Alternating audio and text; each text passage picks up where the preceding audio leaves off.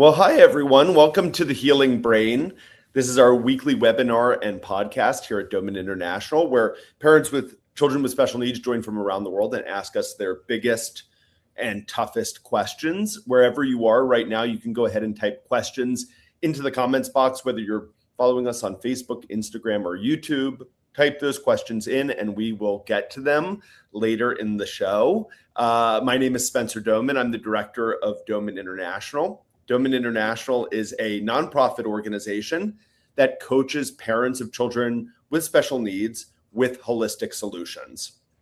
So we empower parents with activities they can do at home that transform the development of their child. I'm joined here by Colleen Hudson, who's the Director of Representatives here at Doman International. So Colleen is the first person to speak to new families on the phone who want to learn about the Doman Method and get started. And thanks so much for joining me, Colleen. My pleasure, as always. Well, today the topic of the week is involve the siblings. The Doman Method is a family program. And I'm very excited to discuss this topic. I think it's the first time we've ever really discussed this at length, which is, what should we do about brothers and sisters of children with special needs? Like what can we do as parents to help them live their fullest lives possible? And I think that this is a fear that is shared amongst most parents with children with special needs, which is, how will this impact my neurotypical well child's development? Will this make their childhood less happy? Will they resent their sibling with special needs? Will they resent me for spending more time with their child with special needs and all the care that they have? And I have to say that these fears are often promoted by society. Parents are often told these things by professionals or other family members or friends, what about your well child? Don't forget about them and the impact this is going to have on them. And so I wanted to tackle this today. This is actually a topic that we've been talking about well before I was born. This was a topic my grandfather, Glenn Doman, took very seriously and was very passionate about. And he was always trying to refocus parents on the many beneficial aspects of involving the siblings in the treatment of children with special needs. So let's jump right into it. I actually have a bit of a PowerPoint that I'm going to pull up. And Colleen, as always, I'll need your help making sure that it is working. Give me 1 second. All right. Now, Colleen, do you see the slide that says the reason why we have families? I do. Is it up the full screen or is it? It isn't. No, I see the margins, the editing area. Got it. Yeah. All right. Well, we might just have to deal with this for now. So the reason, let's start with this point. So the reason why we have families is so we can divide up our time unevenly and give it to those who need it the most. So I'll say that again. The reason why we have families is so that we as family members can divide up our time unevenly and give it to who needs it the most. So in other words, a child with special needs of anyone in the family needs that time the most, right? They need the time of their parents. Often they have issues in mobility or in speech or in social development or vision. That requires more help, more time from family members than well neurotypical children would typically need. And, it's funny because if a child, let's say, had the flu, right? And a mom had to give that child more time to recover from that illness, no one would look at that mother and say, why are you giving more time to your child with the flu? Like, aren't you worried about what that's going to do to the well brothers and sisters? Like, how dare you do that? It'll make the well brothers and sisters resent the child with the flu. No one would ever say that. It's ridiculous on its face. And yet that's what is told to parents all the time, to parents of children with special needs. No, they're often told, you've got to divide your time up evenly amongst all the children, or your neurotypical kids will be traumatized and they'll resent you and their sibling.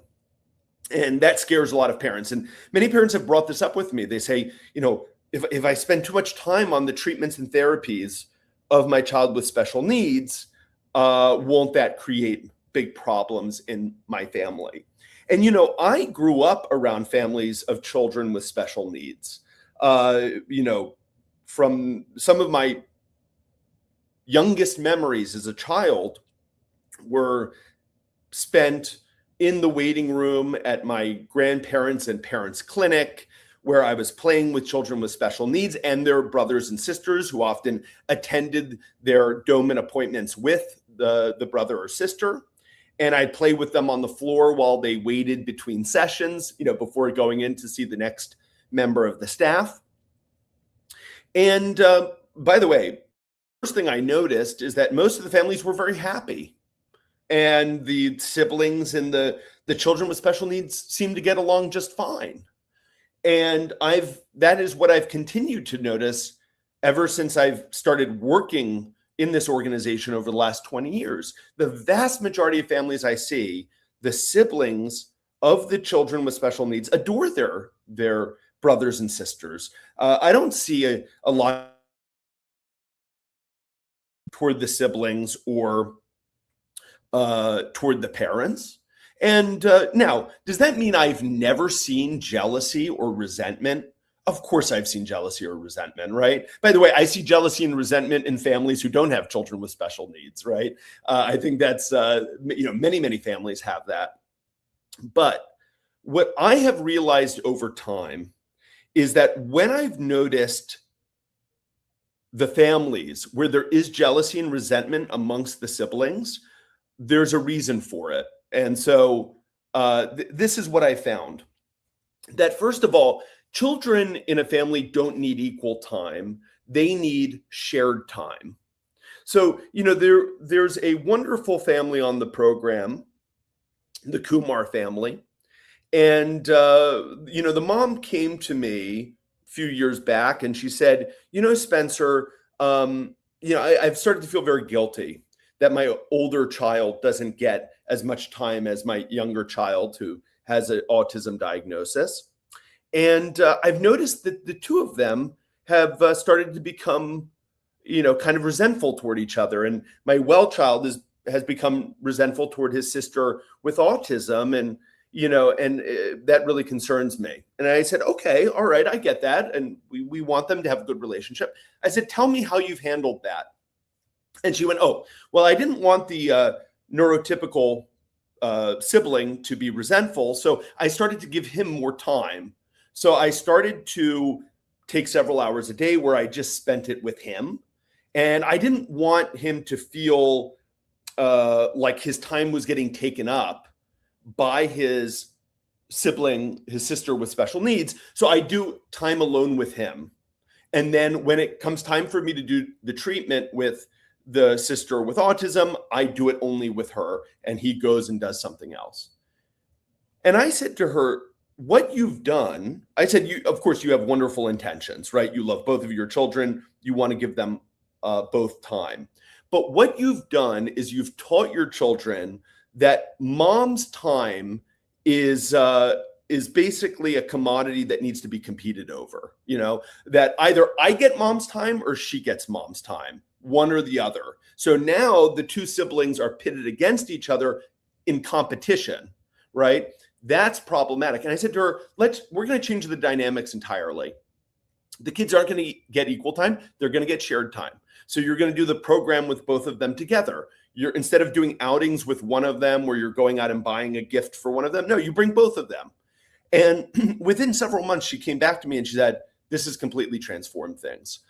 He is so much more caring now of his younger sister. They're not in constant competition. He started to actually write essays in school about how close he was with his sister and how meaningful their relationship was. And she said this was completely transformative. And it's very important to if the children see that in our family we spend time together, right? They will stop seeing mom's or dad's time as something they need to compete over. So shared time is the best way to do this. Very often I will speak to families of children with special needs who don't have family meals together, or even worse, the children eat meals separately. And the family meal is, in my opinion, one of the most important parts of the social fabric of family life. It's one time in the day where we can all sit down, give our attention to one another. Phones get put away, distractions get removed, and we are just sitting and sharing time together as a family. And so one easy way to have shared time is just eating meals together. It's a very useful way. And we often find that families that eat meals together are more on the same page. They tend to be more joyous together and have better communication with one another. So look at shared time rather than feeling like every child needs equal time. Siblings will usually not get jealous, or in my opinion, basically never get jealous, if they know they're needed and respected. So let's talk about these two things because they're a little bit different. Being needed. So when we are needed by our family, and especially children when they are needed by their parents, it gives them a sense of purpose.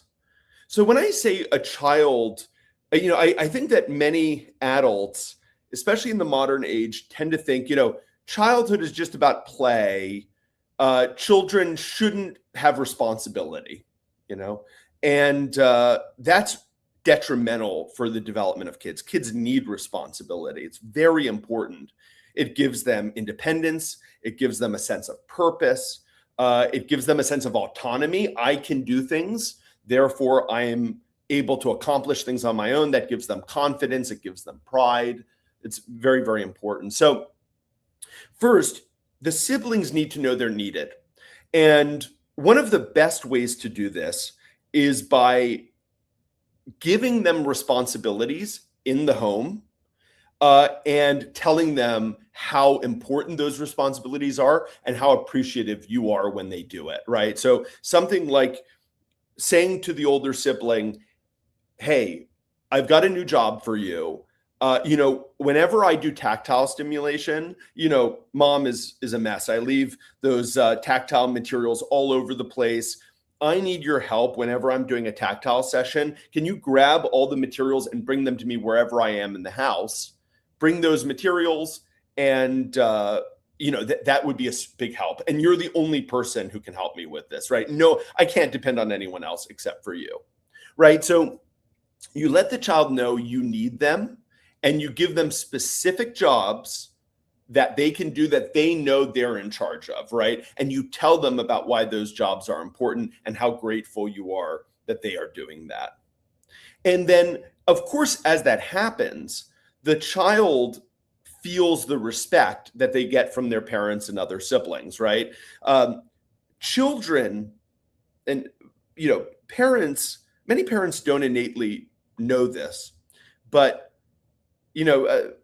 most parents want more than anything else that their child knows that they're loved, right? Parents will often say this, like, I just want my child to know they're loved. And that's a beautiful, beautiful sentiment. But the truth is, most children know they're loved. And most of us know that our parents love us. We know this innately. We never think about it, right? It's probably the last time you were on a phone with your mom says at the end, yeah, I love you so much. And, so many kids go, yeah, okay, mom. All right. Because we take it for granted, right? If you grow up in a home which is sane and not psychopathic, right? You know your parents love you, right? Only in the cruelest of homes would a child ever question whether their parents love them. So most children know that they're loved. So what children actually desire more than anything else is to be respected by their parents. And for any of us who have ever had the experience of having a parent tell them, I'm so proud of you. Like, look, you've done this, you've achieved this, and I'm so proud of you. We know how meaningful that is. And, but meanwhile, they say, oh, I love. I'm so sorry to interrupt you. Yeah, go. There's a pop-up in front of the slide. Ah, This is just, I thought it was just for me. There we go. Okay, got it. We lost. Okay, now got we're it. good. So, yeah. So, You were yeah, saying most that to children. be respected. Thank you. Yeah. So most children know innately that they are loved by their parents. What they truly desire is to be respected. And so when you give your child responsibilities and tell them how much you appreciate it and how important they are in the family and how they do certain things that others just can't do, they know that. They know that. And so very, very important to provide children with that knowledge of respect. And so when siblings know they have a purpose in the home and they are respected, that sense of jealousy starts to disappear or never even show up in the first place, because they know why the family needs them. All right, let's see if I've got another slide here. Yeah, so families, I think a lot of the professional world thinks of families as a kind of problem for children with special needs.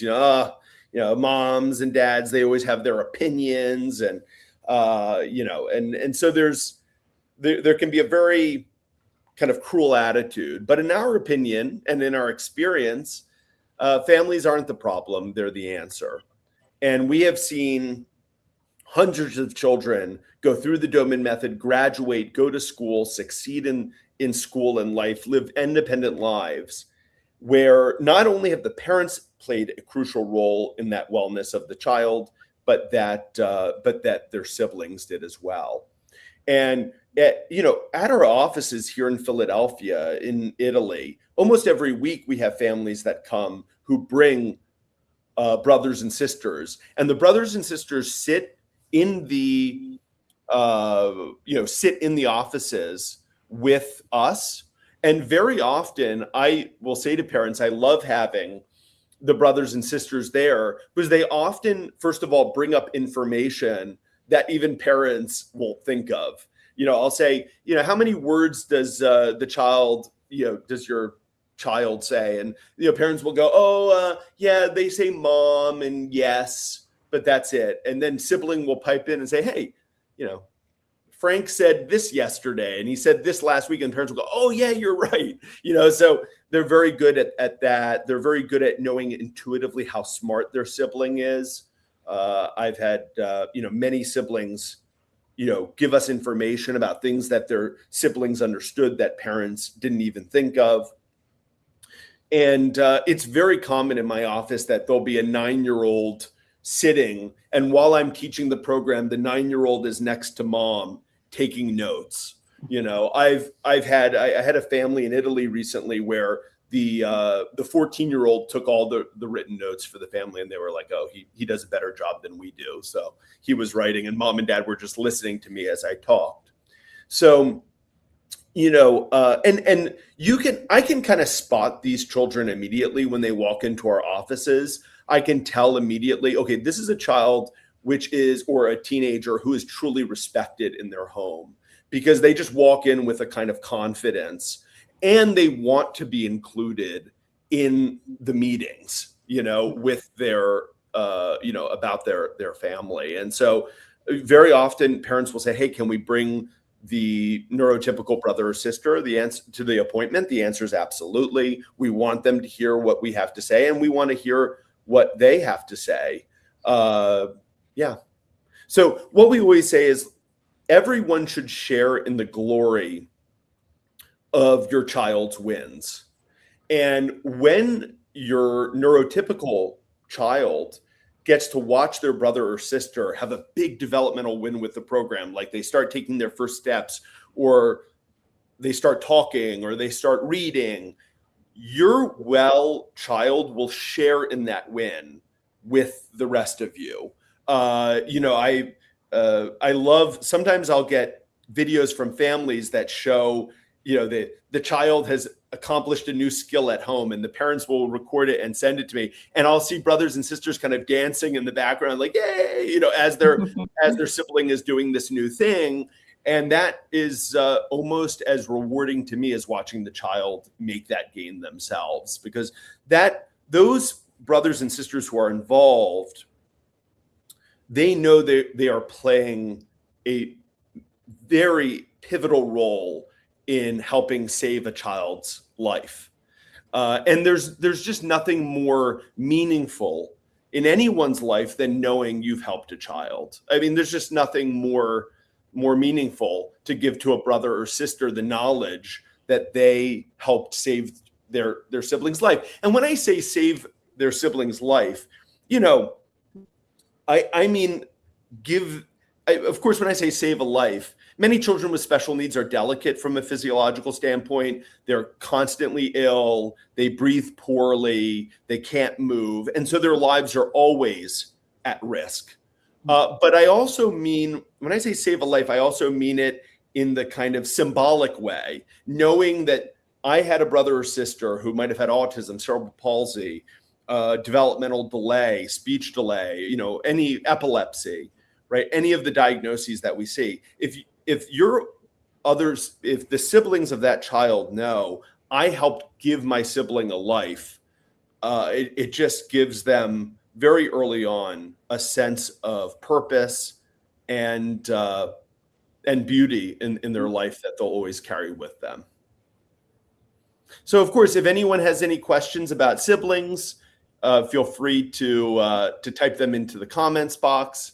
And I see that we have some questions that have started appearing. Can I say something real quick, Spence? Yeah, I think from a parental perspective too, our job, of course, as parents is to get our kids ready for life and to have an independent life. But when there are siblings, the reality is that, we're not going to be here forever. And the odds are that the siblings will be the ones to carry forward whatever care their brother or sister needs. So if we can, get them together with us, all of us moving in the same direction, as you said, Spencer, they have a sense of accomplishment, but also it really lifts what can be a pretty substantial burden when you have a sibling with special needs. I'm not saying that you won't do it or that you don't love them or that you won't do everything you possibly can, but if you know that your whole family has been working together while your brother or sister is still young to make that path easier for them and for you, then that's amazing. And I think for a parent, it gives you a lot of peace of mind, because I'm sure that's top of mind for parents is, providing for their kid as they get older, but also what's it going to do to their relationship with their siblings. So yeah, and it's also interesting because at Doman International, we do have a long history of hiring siblings of children with special needs. So, for example, one of our clinical staff, Esther, has two sisters on our program with Down syndrome, and I think is very proud of her experience with doing the program with her sisters. I know she is. So it's they make great clinicians as well when they're grown up. All right, so I have a comment here from Anne who says, I have asked my non-speaking autistic child if he wants his siblings to help with his Doman program activities, and he always points to yes on his choice board every time. Mm-hmm. Absolutely. And what I always say to parents is older siblings or siblings in general are cool. Parents aren't always cool, let's be honest. And so doing things with your siblings or your friends just makes things more fun. And it's also it's a, taking the program and making it into a family program and saying, all right, kids, we're all doing this together, can, even for parents as well, make it more fun and relaxed. And that's another great thing about kids. Kids don't tend to take things so seriously. We, for many years, we teach many families on our program something called patterning, right? And patterning is an activity that involves moving a child's arms and legs and their head to teach the child how it feels to crawl. So this is something we do with a lot of children who have poor mobility coordination. They don't walk. The two hemispheres of their brain don't work well together. We do patterning, and it usually requires 3 people together to do the activity. And I've long had this experience where if I teach a brother or sister, 9, 10 years old, hey, here are the movements, they just jump right in and they're like, boop, boop, boop, boop, boop, no big deal. And then I teach the parents, and the parents are all tense and they're like trying to twist their child's head, all the way around, I think as adults, we're always like taking things so seriously. And meanwhile, the kids are like, yeah, just another normal day here. So it's another great thing about kids. They just bring a lighthearted spirit to everything, and they don't always take things so seriously. Oh. So Anne is saying that she thinks this is a great topic. That is what is special about the Doman program. The siblings can really help, unlike any other therapy method. Yeah. And I'm not saying that we're not talking about here giving kids fake jobs that make them feel important. We're talking about giving them real important roles in the home and telling them that we appreciate it. Great point. All right. So right now, whether you're joining me on Instagram, YouTube, or Facebook, or here in StreamYard, type your questions into the comments box and we will get to them in order. So I think that, Colleen, maybe we should get now to the pre-submitted questions. Yes. So I see we've got a question here from Mesa, who's asking about how do we improve different languages and vocabulary. So typically, Mesa, maybe let me make 2 points here. The first thing is that if you speak multiple languages as a parent, you should speak all the languages that you know to your child. So for example, let's say you speak English and Arabic and French, you should speak all of those languages to your child. That's the best way to increase a child's understanding and speaking vocabulary in different languages. Now, another good thing to know is that the reading program, in and of itself, is a great foreign language program, right? So the reading program that we use, hold on, I have to get these in the right order. Okay, so the reading program that we use, right, where we use images to teach along with words, is great, of course, for teaching a child to read. That's the primary purpose of this program. But it's also great for teaching a foreign language, right? So for example, let's say I speak English, but that's my first language and Italian is my second language, right? And I've taught these colors already in English. I could then use these images again to teach a foreign language, right? So for example, I could say, instead of saying blue in English, right? In Italian, you would say blu, it just happens to be the same word. And then you would show the written word in Italian, blu, right? And then you'd say verde instead of green, right? And then the written word verde. So the reading program is great for also introducing a child to foreign languages using images. The images help the child understand what that word means, right? So when you show that picture of, green and you say verde, your child goes, oh, got it. Verde means green. And then you show them the written word as well. We find that showing images along with words really helps the learning of foreign languages. All right, we've got a question here from Racy who says, she's asking in Spanish here, how do we work with children with autism? it's very complicated with the behavior of these when the behavior of these children is aggressive and we cannot control? Ooh, that's a very good question. So Racy, I think a couple of thoughts. So first of all, I think that being a Spanish speaker, I think it would be very valuable for you to speak to Marialba Mata, who's our Spanish speaking representative. She can jump on a call with you, speak to you in Spanish, answer your questions. Because children with autism, with behavioral challenges, are one of the most common diagnoses that we see.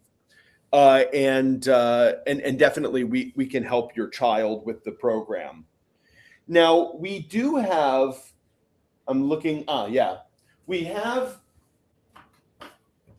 a book. Here's the English title, which is Answering Autism, which is a book specifically for parents of children with autism. In Spanish, it's called Respondiendo al Autismo, okay? And I highly recommend this book for you because it discusses the entire program the starting program for children with autism. So I highly recommend this book, and also just getting on a call with Marialba, because there are many things in here and in the Doman Method that can help with behavioral issues. Okay. Colleen, let's jump into some quick announcements. Yes, okay? Good idea. So everyone, just looking forward with the Doman International calendar, we have a lot of exciting trips coming up. So just to give you an idea of our upcoming calendar. So at the end of June, we're doing appointments in Melbourne, Australia. At the end of July, we are seeing families at our headquarters in Europe, which is in Pisa, Italy. So families from around Europe come to see us there at the end of July. In August, we're seeing families in Tauranga, New Zealand. So families from around New Zealand will be coming to see us in August. In September, end of September, we're seeing families in Serbia and Croatia. We're also seeing families in Miami, Florida. I'll make a quick announcement about Florida at the end here. And in October, we're back in Italy. And in November, we're seeing families in New Delhi and Bangalore, India. So, of course, our headquarters are located here in Philadelphia. So parents can come year-round to come for appointments here at our headquarters. And also we have remote online appointments as well for families who cannot travel. Colleen, what does appointment availability look like for the next couple of months? So in July, July, because we travel, it's starting to get a little full. But we do have space available the first 2 weeks in July. After that, I think we're looking at August. So if any family is thinking about an appointment anytime in the next 6 months, now really is the time to get in touch with us, because things do fill up, and sometimes you think, oh, I'll wait until a month or so, or even 2 months before, and that's enough time. But really, the conversation should start as soon as you think, I'm ready for an appointment. Because then there's a lot that we can do in advance as well. So it isn't you register for the appointment and then nothing starts until you arrive. It's very different. So we've got a lot to share with you. We have a lot of things you can get started ahead of time, so that you're really well prepared. And that means that the appointment itself, like the evaluation, everything can go that much better. So we really like to have as much lead time as we possibly can. It's not unusual. Sometimes parents 3-4 months in advance, which is great. We're happy. Yeah. It's not necessity, but we do prefer having more time with you. Yeah. And especially coming up, the September, October, November period tends to be the busiest time of year for us. So those weeks tend to book out the most in advance. And to Colleen's point, of course, if families contact us and they want an appointment in a couple of weeks, we make it work whenever we can, if we have the availability. But we often find that having 6 weeks to lead up to the appointment is best, because there is certain testing we ask parents to do in advance.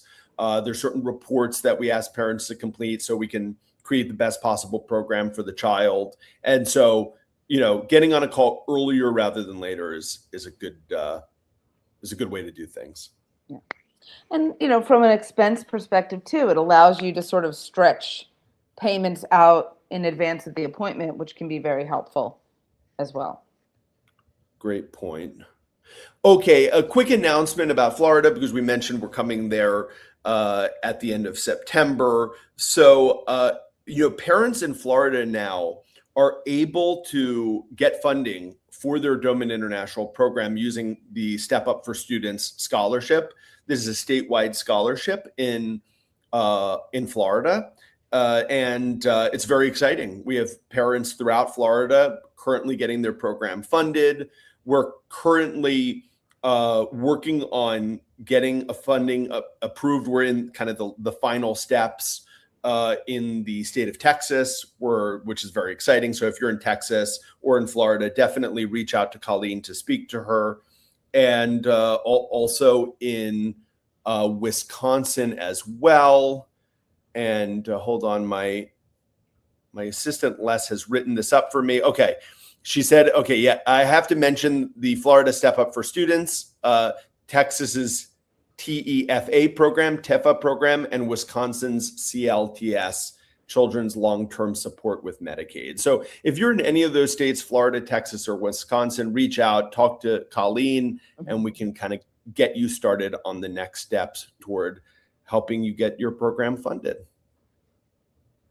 Any other thoughts you want to add about that, Colleen? It is really encouraging that we're getting this funding in other, in multiple states now. And our goal is always to find more and better funding options. And sometimes parents bring them to us. So, we are based in Pennsylvania, Pennsylvania, but, if in your state you think there might be some kind of funding arm or whatever that's state sponsored that you know of, please bring it to our attention, because we can look into it and see if we can't guarantee that it'll work. We can't guarantee it'll be quick, but we would like to continue that process of state by state identifying funding options for families. So. Yeah. I'd also like to say, if you are brand new to us, I'm throwing up Colleen's contact information on the screen. Colleen, do you mind taking us through that? Not at all. So these are my direct contact email and phone number. You could write to me at info@domaninternational.org, or you can message or call me at country code 1-814-232-8668. I have WhatsApp, I have Telegram, and yeah, they don't go through a service. That's just me. So, so please do get in contact though. You can also fill out a form on our website. Those also come directly to me.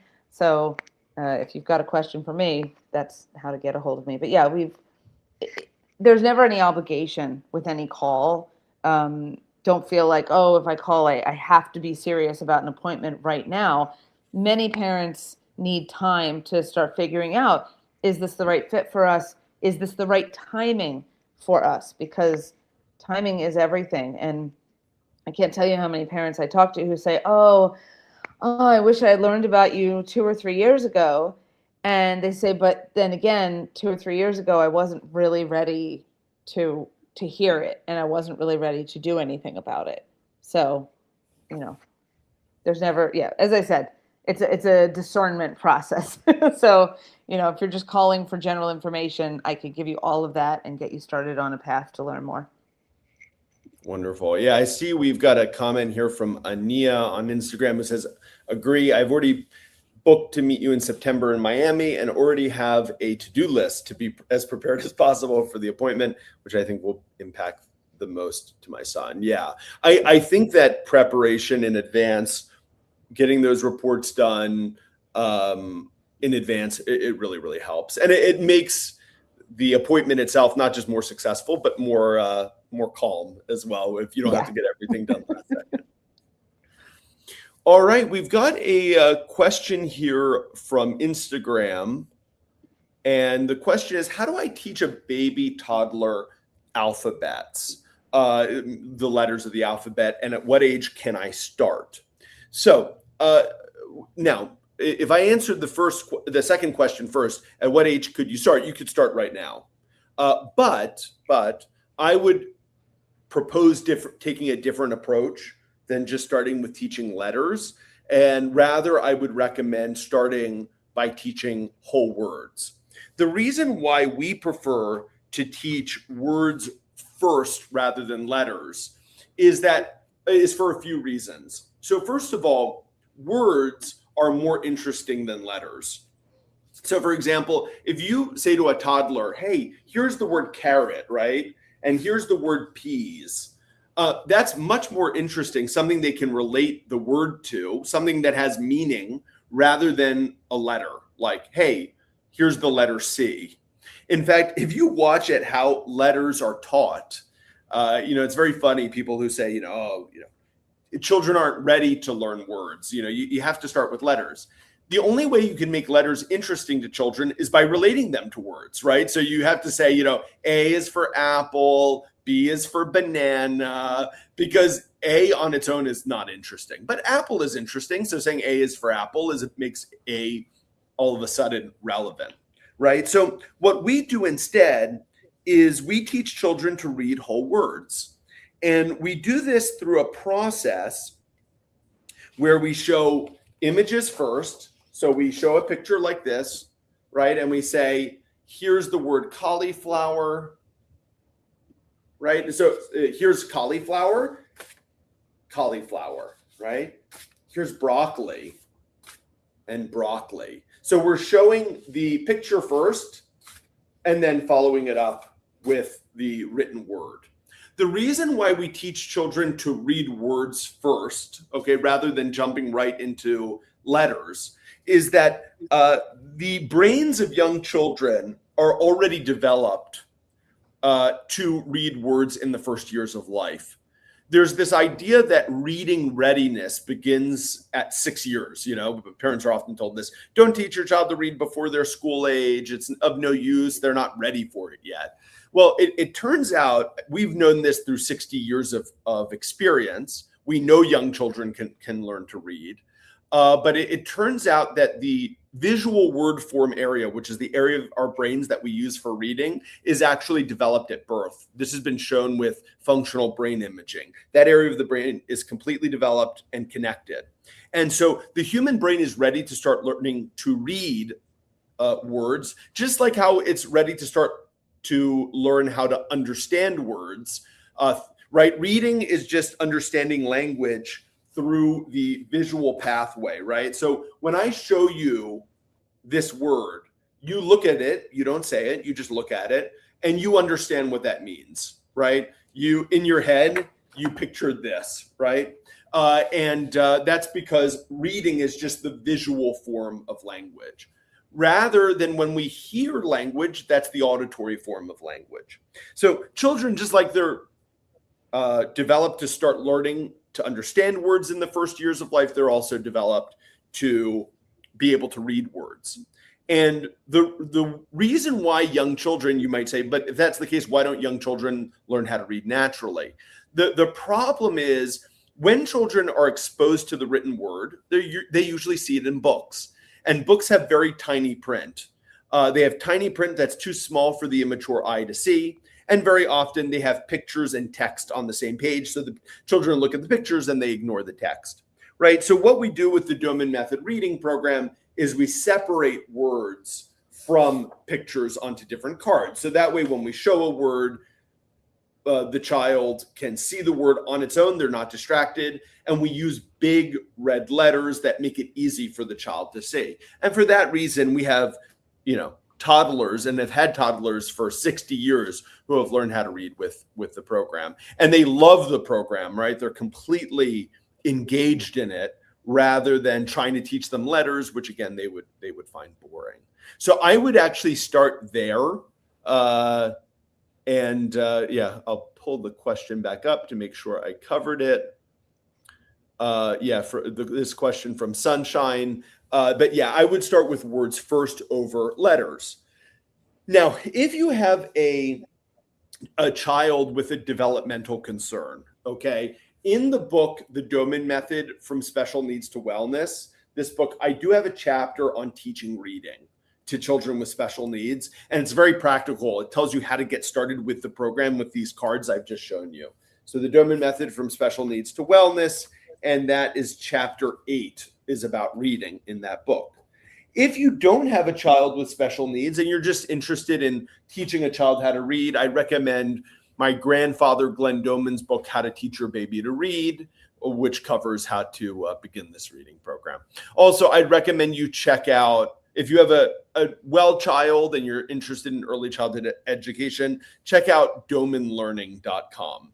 Domanlearning.com. There are courses and materials there for you if you want to learn more. Okay, let's see if we've got more questions.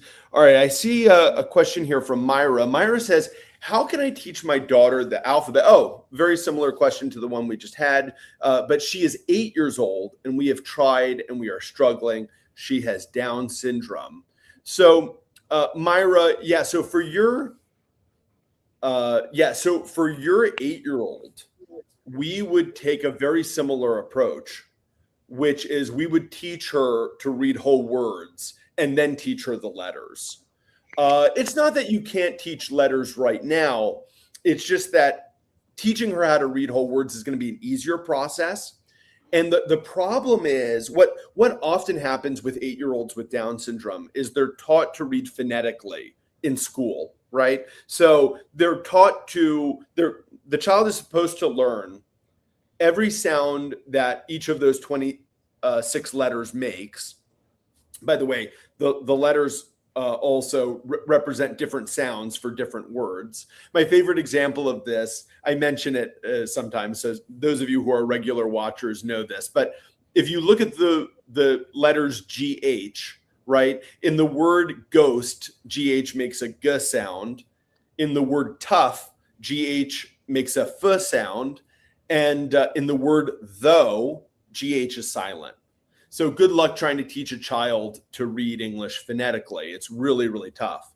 And the problem for children with special needs is that not only do they have reading difficulties when they're taught to read this way, they are taught to sound out words, right? So what often happens is even if a child with Down syndrome in the school system is taught to read using the phonetic method, and even if it's successful and they learn how to read, they tend to be very slow readers, right? So you'll see a lot of kids, and they'll read it like carrot, like that. And the problem is if you read slowly and you're not able to read fluently, imagine trying to read a sentence at that speed.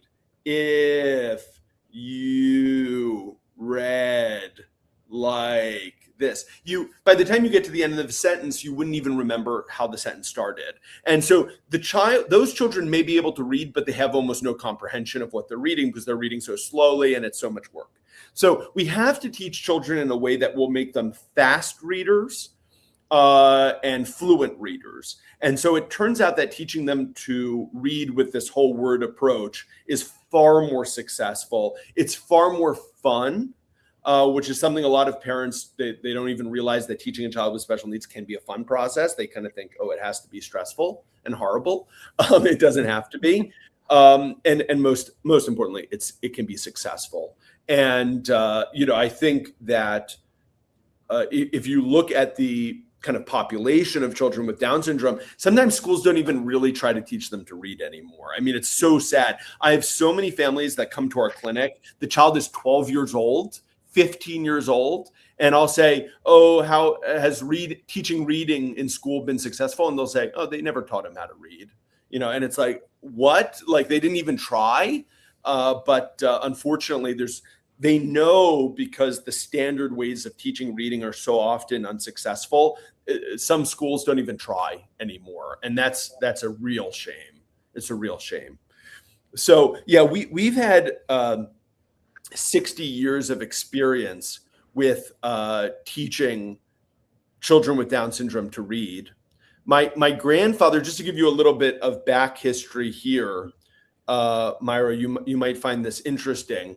So when my grandfather, Glenn Doman, started this work, he at first he focused on children who had brain injuries or who had developmental delays because of issues with brain development. And this was back in the 1950s and 60s, and he didn't work with children with genetic conditions because he was attacked so strongly in those years for even saying that these children could improve, that brain development could improve. He was attacked so viciously, he said, listen, if I try to treat children with genetic conditions, I'll be called like a crank, like a quack, And so he didn't actually work with children with genetic conditions. And at that time, even though my grandfather was teaching parents in the 1950s that the brain grows by use, which is now known as neuroplasticity, the professional world didn't take that seriously. And in fact, they said it was terrible. Like these kids can't improve. So my grandfather started to see great results with children who had brain injury. Many of them learned to read. And my grandfather had a close friend, Dr. Raimundo Veras, a Brazilian doctor, who said to him, I think that this program can help kids with Down syndrome. And my grandfather said, Raimundo, I'll be called crazy. And Raimundo said, why don't we start in my clinic in Brazil teaching children with Down syndrome using the Doman method, and let's see what happens. And if it, they'll call me crazy instead of you. And my grandfather said, okay, fine, give it a try. And the results were so phenomenal. My grandfather at a certain point said, well, clearly children, even with genetic conditions, their brains can still improve like the rest of us, right? They also have neuroplasticity. And so he started to accept children with Down syndrome on the program, and the rest is history. So yeah, we have a long, proud history of children with Down syndrome, not just learning to read with the program, but learning to talk, learning to succeed in school. I was just on Friday speaking to a family in Dubai. And by the way, Myra, I don't know if you've spoken to Colleen yet, but I'd be happy to connect you with this family. And this mom has a 13-year-old with Down syndrome who's been doing our program for several years. And this 13-year-old is so intellectually phenomenal. She reads, she does math, she writes, she speaks fluently. And her mom was just saying, I just have no idea where my daughter would be without this program. And she said that teachers and other people are constantly asking her, like, what are you doing with this child? Because they've just never seen a child like her before. So I'd be happy, Myra, I think the best thing for you to do is first connect with Colleen. And then Colleen, I can, if Myra's interested in talking to Amy's mom or another mom with child with Down syndrome, I'm happy to connect them. All right. Let's see if there are any other questions. Everyone, we probably have time for maybe one more question. So whether you're joining right now on Instagram, YouTube, or Facebook, type your question in. Myra did have a follow-up. She said the same method for the number learning. Is that a... Oh, yeah. Again, Myra, it's the approach in teaching math is often all wrong. And what we have found is, the way math is usually taught is children are taught to learn the numerical symbols first. So this is 2, for example, and children are taught that. But very often, the foundational skill that children are missing, especially children with Down syndrome, is quantity recognition ability. So, for example, I was evaluating a new child joining the program with Down syndrome. I think she was 9 years old, 10 years old. And I said and the mom said she can't do addition. We've been trying for years, she can't do addition. And I said to the girl, hey, how many? fingers. And she looked at me and she looked at my fingers and she said, 1, 2, 3, 4. So she counted them, right? And I knew immediately, this is why she's not succeeding in math. She doesn't have a crucial math ability called innate number sense. Innate number sense is the ability to look at a small quantity and know immediately what it is, right? So for example, if I show you this, your brain recognizes this like a picture. You don't have to count 1, 2, 3. You look at that and you say, that's 3 or 5 or 1, right? And your brain recognizes it as a picture. If a child cannot do that, good luck learning addition, right? Because if you don't understand that this is 2 and that this is 3, how can you understand that this and this makes this? Right? Intuitively, it makes no sense if you don't understand what this is and what this is. So how can you understand 2 plus 3 equals 5 if you don't know what 2 is or what 3 is? So conceptually, children need innate number sense. They have to know that's 2, that's 3, that's 5 immediately to be able to learn addition. And so that's what we do with the program. With objects, we teach children innate number sense. So we have the child sit down at a table, and we put down 3 poker chips on the table, and we say, that's 3. We don't count them. We don't go 1, 2, 3. No. Because most of these children, they've been taught to count, and so they always count. But that's part of the issue. So we'll say that's 3, and then we'll put down 2 chips, and we'll say that's 2, and then we'll put down 5 chips and say that's 5. And so we develop this picture mental math ability of looking at a small quantity and understanding it. Once the child has shown us that they can do that, sometimes it takes a few weeks with a lot of repetition to get it, then we're ready to start addition. So that's called innate number sense, and it's a big part of our math program. All right. I will throw, I see Colleen wrote in the comments her email address. I will put up here on the screen again. That's Colleen's email address, info@domaninternational.org. And that's your WhatsApp number. Is that right, Colleen? It is, yes. Yeah, so you can text me, you can WhatsApp me. Yeah. Well, I see a last question from Ruth. Before I jump into that last question, I do want to say that we've got a special episode lined up for you next week at this same exact time. We are here at Mondays at 11 a.m. New York time, wherever you are in the world, but it's the same time every week. Next week, I have an interview with Annabella, a mom on our program. And so we're going to talk about what is it like to do the Doman Method program, what changes has she seen with her daughter, Vanessa, and I'm just really excited to get her opinion. She just finished her appointment at our clinic in Philadelphia last week, so she can also talk about that experience as well.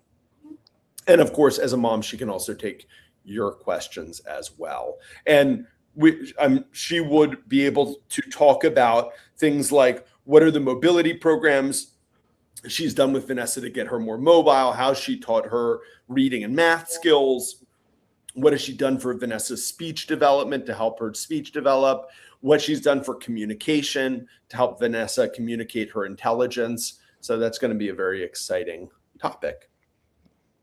So let's end off with Ruth's question. Ruth is asking on Instagram, does the program help children diagnosed with cerebral palsy and global learning disability?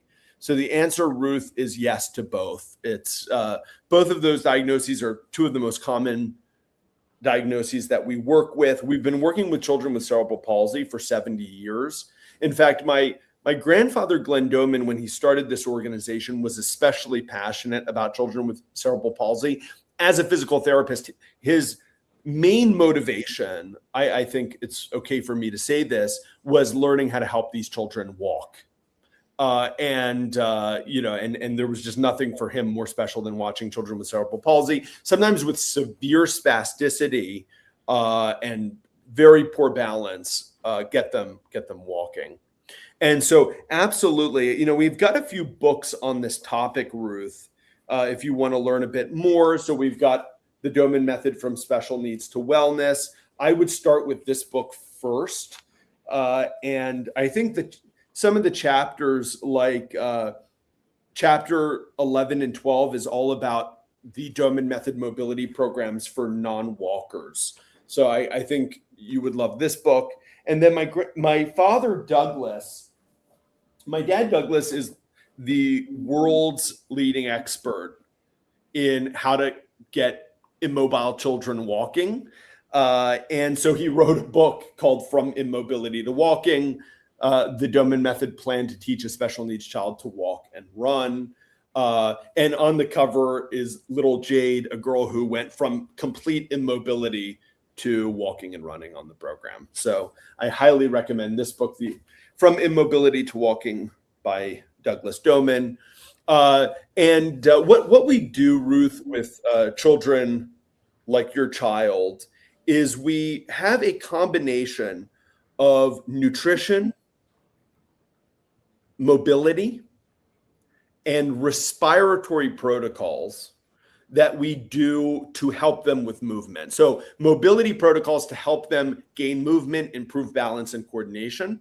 We have respiratory programs that help increase oxygen delivery to the brain, and that improves muscle tone. Very, very important. We have to improve muscle tone to help these children learn to move. And then we have nutritional protocols to help the brain function better. Certain supplements and dietary changes we recommend that help, the brain function better at the cellular level that helps children with movement. So yeah, we do all of these things together. It's a holistic system to help children learn to walk. Colleen, can you give your contact information again? Because we've had a lot of people jump in at the last second. With Absolutely, yes. So by the way, anybody who contacts me, if you're not quite ready for a phone call, that's fine. I can email you information. We have videos that we can share. We have a webinar that we did last year called Is the Doman Method Right for My Family? It explains the Doman Method in a really comprehensive way. And rather than searching for it on YouTube, I can just send it to you. So yes, my contact information is info@domaninternational.org. That is my direct email. And then my phone number is country code 1-814-232-8668. Again, there's never any obligation. Yes, I can tell you about our appointments, but really the Doman Method is about parent empowerment, and you can get started learning to help your child immediately, even if an appointment isn't in the cards for, another 6 months. Okay. So please don't hold back. Well, everyone, thanks so much for joining. We are all out of time. We'll be back here next week at the same exact time, like I said, with an interview of Annabella, a mom on the Doman Method. Colleen, thanks so much for joining. Thank you. Have a good one. Bye-bye. Bye.